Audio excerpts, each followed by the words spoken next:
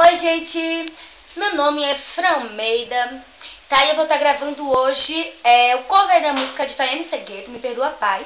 E se você gostar, deixa um like, compartilha com seus amigos. E é isso.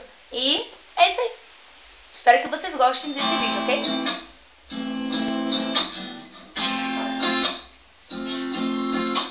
Triste, Deus, eu tenho andado tão triste. Sorriso em mim já não existe. Preciso tanto conversar e te falar o que aconteceu comigo. Eu já não tenho mais nenhum amigo. Estou aqui sozinho. Confesso, te deixei de lado, mas hoje reconheço que fiz tudo errado e escolhi o meu próprio caminho. E mais uma vez eu não te dei ouvido. E todas as pessoas que eu podia contar, só você ficou aqui pra me ajudar. Me perdoa, Pai, quero recomeçar.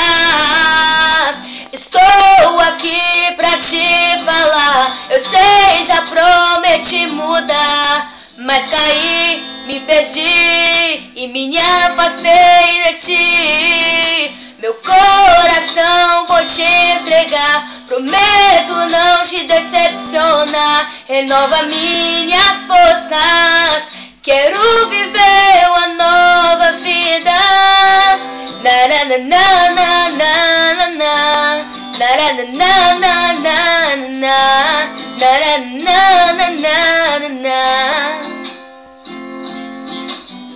Escuridão, eu vivi na escravidão. Troquei minha vida com Deus e me entreguei pro pecado. No começo tudo dava certo, mas logo o dia desmoronou e da morte cheguei perto. Aquilo que o mundo me ofereceu não era nada do que parecia ser. Olhando por fora, parecia uma surpresa muito bonita, mas o que tinha dentro era migalha. E o inimigo olhava pra minha cara e ainda ria. Deixei minha fé e naquele momento já não estava mais de pé. Todos se esqueceram de mim, pensei naquela hora que seria o meu fim. Mas lembrei do teu amor, Senhor, e de que nunca me deixou, nunca me deixou. E é por isso que hoje eu canto assim. Estou aqui pra te falar. Eu sei, já prometi mudar, mas caí, me perdi e me afastei de ti. Meu coração vou te entregar, prometo não te decepcionar. Renova minhas forças, quero viver uma nova vida.